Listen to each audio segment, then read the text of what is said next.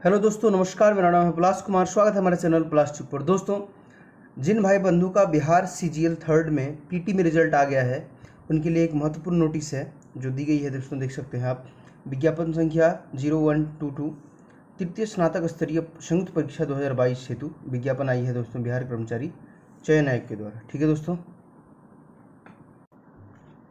तो सबसे पहले आप देखेंगे कि ऑनलाइन आवेदन प्रारंभ करने की जो तिथि है वो 6 जून से दी गई है डेट, जो आज से ही शुरू हो जाएगी। आज नोटिस आई है। और ऑफलाइन की बात करें और ऑनलाइन परीक्षा शुल्क जो पेमेंट करने का लास्ट डेट है वो 26 जून को है, और ऑनलाइन आवेदन की जो लास्ट डेट है वो 27 जून को है। दोस्तों, इसका मतलब बिल्कुल भी समय नहीं दिया है इन्होंने और फॉर्म भरवाया है। तो यहाँ से उम्मीद रखती है कि जुलाई लास्ट या अगस्त तक पेपर हो जाने की उम्मीद पूरी है।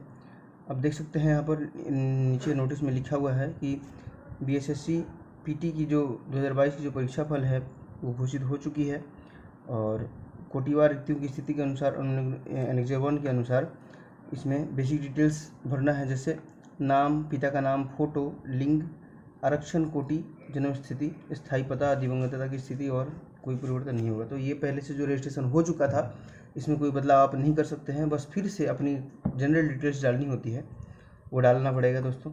बाकी जो है वो कैसे क्या करना है, फॉर्म कैसे सबमिट करना है, कैसे अप्लाई करना है, इन सब के बारे में बताया गया है। तो पूरे 1 महीने के टाइम है, 20 दिन के अंदर भी आपको फॉर्म भरने का मौका है, भर सकते हैं फॉर्म। उसके बाद यहाँ पर एक अच्छी बात कही गई है कि मुख्य परीक्षा में प्रश्न पत्र 1 हिंदी और प्रश्न पत्र 2 सामान्य ज्ञान है, जिसमें से परीक्षार्थी को 30% अंक लाने ही होंगे। अगर उससे अधिक अंक लाएंगे तभी उनका जो कॉपी है वो जांच होगा, वरना नहीं होगा। ठीक है दोस्तों, तो ये ध्यान रखने वाली बात है। उसके बाद बात करें हम अगर क्वालिफाइंग मार्क्स की, तो ये क्वालिफाइंग मार्क्स नाम के लिए होता है कि इतना कम कभी कटअप जाता नहीं है, ज़िंदगी में कभी नहीं जाएगा। तो ये सामान्य वर्ग के लिए 40%, पिछड़ा के लिए 36.5, अति पिछड़ा के लिए 34, अनुसूचित जाति जनजाति 32, महिला सभी वर्ग 32 और दिव्यांग सभी वर्ग 32। ठीक है दोस्तों, इसके लिए जो आप परीक्षा शुल्क हैं वो सामान्य, पिछड़ा और अत्यंत पिछड़ा के सभी अभ्यर्थी 675 रुपये पेमेंट करेंगे, और अनुसूचित जनजाति मतलब SC ST जो बिहार के स्थायी निवासी हैं उनको 180 रुपये देने हैं।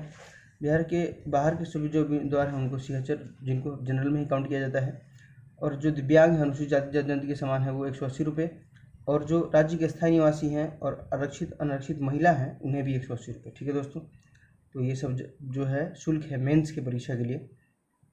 तो इसमें पेमेंट के लिए जो है वो 6 जून से लेकर 26 जून का डेट रखा गया है दोस्तों। अब हम बात करते हैं अन्य पे। तो अभ्यर्थियों को सलाह दी जाती है कि ऑनलाइन प्रॉपर्टी भरने के समय सबमिट करने से पूर्व उसकी प्रविष्टि को ध्यान रखो। मतलब कि आप अपने रजिस्ट्रेशन में जितने भी आपके डिटेल्स भरे हुए हैं उन सबको आपको ध्यान से चेक कर लेना है, देख लेना है, ताकि कोई गड़बड़ी ना हो बाद में। क्योंकि अगर आपकी मेहनत से मेंस का एग्ज़ाम क्लियर हो जाता है तो फिर डीबी में आपको परेशानी हो सकती है दोस्तों। ठीक है, और दूसरी बात है कि डुप्लीकेट, ये भी लिखा गया है कि डुप्लीकेट आवेदन पत्र कदापि नहीं भरे जाएंगे। ठीक है दोस्तों, बाकी तो ये हर बार की तरह लिखा रहता है कि आप परीक्षा में क्या क्या लेके नहीं जाना है, परीक्षा नकल अवैध है, OMR कैसे करना है, फाड़ना है। तो इन सब चीज़ों को ध्यान ना देते हुए हम देखते हैं आगे। अब हम बात करते हैं दोस्तों पद विवरण की। तो सबसे पहले बात आता है सचिवालय। देख सकते हैं यहाँ पर सारी डिटेल्स दी गई है दोस्तों, पूरे सचिवालय सहायक के पोस्ट वाइज डिटेल्स हैं। अब आगे हम बात करते हैं, तो आपको जिस तरीके का आपका स्कोर रहेगा उसी तरीके का आपका मेरिट बनेगा, और कुल पद जो हैं टोटल आप देखेंगे तो 2248 पदों पर यहाँ पर पूरी रिक्तियाँ हैं। और अब बात करते हैं हम लोग दोस्तों परीक्षा की। तो परीक्षा की बात करें तो यहाँ पर दे रखा है इन्होंने प्रश्न पत्र विषय 1 हिंदी जो 2 घंटा 15 मिनट की होगी, और एक प्रश्न पर 1 अंक की कटौती होगी, और मार्क्स 4 मिलेंगे दोस्तों। उसी के बाद यहाँ पर प्रश्न पत्र विषय 2 जो सामान्य ज्ञान है, इसमें जीके 50, विज्ञान और मैथ मिलाकर 25, 50 और रीजनिंग 50 होते हैं। सेम सिलेबस है, इसमें भी टाइमिंग सेम है और जो क्राइटेरिया है वही सेम है दोस्तों। अब हिंदी का जो सिलेबस है दिया गया है दोस्तों, आप देख सकते हैं यहाँ पर। सबसे पहले भाव की शुद्ध स्पष्ट अभिव्यक्ति क्षमता, सहज बोध शक्ति के परीक्षण, वाक्य उपवाक्य पदबंध शब्द, विसर्ग संधि संज्ञा सर्वनाम विशेषण क्रिया विशेषण समानार्थक शब्द विपरार्थक शब्द, हिंदी के प्रचलित तथ्य और मुहावरों के साथ व्याकरण के प्रश्न होंगे। तो ये हिंदी का सिलेबस हो गया दोस्तों। अब हम बात करेंगे सामान्य अध्ययन का सिलेबस के बारे में। तो इसमें लिखा गया है बिहार, भारत और इसके पड़ोसी देशों के संबंध में विशेष रूप से यथासंभव प्रश्न पूछे जा सकते हैं। इसके अलावा प्रतिदिन की घटनाओं के सूक्ष्म अवलोकन, उनके प्रति वैज्ञानिक दृष्टिकोण से ऐसे मामलों की जानकारी के प्रश्न भी शामिल हो सकते हैं दोस्तों। और वातावरण की सामान्य जानकारी और अनुप्रयोग संबंध में योग्यता की जांच होगी। अब हम बात करें अगर समसामयिक, तो जिसको हम लोग करंट अफेयर्स कहते हैं, तो इसमें से वैज्ञानिक प्रगति मतलब जो आपका साइंस एंड टेक्नोलॉजी विभाग है वो, उसके बाद पुरस्कार जो नेशनल इंटरनेशनल है, भारतीय भाषाओं के बारे में, पुस्तक लिपि, राजधानी, खेल मुद्रा और महत्वपूर्ण घटनाएं जो घटित हो रही है। ठीक है दोस्तों। विज्ञान की बात करें तो इसमें लिखा हुआ है मैट्रिक स्तर से यथासंभव प्रश्न पूछे जा सकते हैं। इसमें गणित, भौतिकी, रसायन और जीव विज्ञान एवं भूगोल रखे जा सकते हैं।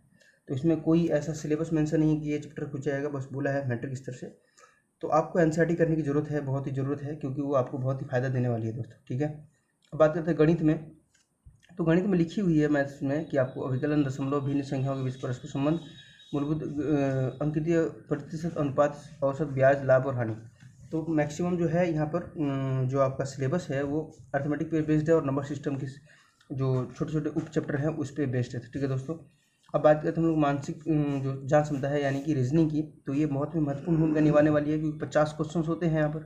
इसमें एनालॉजी, समानता, भिन्नता, सिमिलरिटी जिसको बोलते हैं हम लोग, उसके बाद स्थान कल्पना, स्थान अभिन्यास, समस्या समाधान, विश्लेषण, दृष्टि, स्मृति, विभेद, अवलोकन, हिंदी, संबंध, अवधारणा, अंकगणितीय तर्क शक्ति मतलब मैथमेटिकल एप्लीकेशन जिसको हम लोग बोलते हैं, शाब्दिक चित्रण तो कोई जो वर्बल रीजनिंग में होता है फिगर वाला काउंटिंग, और उसके बाद अंकगणितीय जो आपका वो जोड़ घटाव गुना भाग वाला बोडमास टाइप का जो होता है वो, गैर शाब्दिक श्रृंखला, कूट लेखन, और उसके बाद आपके कूट लेखन, कूट व्याख्या मतलब होता है कि अल्फाबेटिकल रीजनिंग होता है जिसको हम लोग बोलते हैं। ठीक है दोस्तों। तो इस प्रकार के आपके सारे सिलेबस मेंशन कर दिए गए हैं। तो अब तैयार हो जाइए, क्योंकि वक्त नहीं है ज़्यादा और तैयारी करने के लिए बहुत ही काफ़ी समय चाहिए, क्योंकि ये मौका बहुत रेयरली है, हर बार अभी मिलेगा नहीं। काफ़ी दिनों के बाद ये वैकेंसी आया है, तो प्री आया होगा तो ज़रूर ही मेहनत करके आया होगा। तो मेंस के लिए भी बहुत बहुत शुभकामनाएं। इसी तरह की जानकारी के लिए चैनल को सब्सक्राइब कर दीजिएगा और बेल आइकन दबा दीजिएगा, ताकि कोई भी अपडेट मिले किसी भी एग्जाम से रिलेटेड, चाहे रेलवे हो या एसएससी हो या बिहार के भी किसी एग्जाम से हो, तो आपको मिलता रहे। मिलते हैं अगली वीडियो में, तब तक के लिए दोस्तों जय हिंद।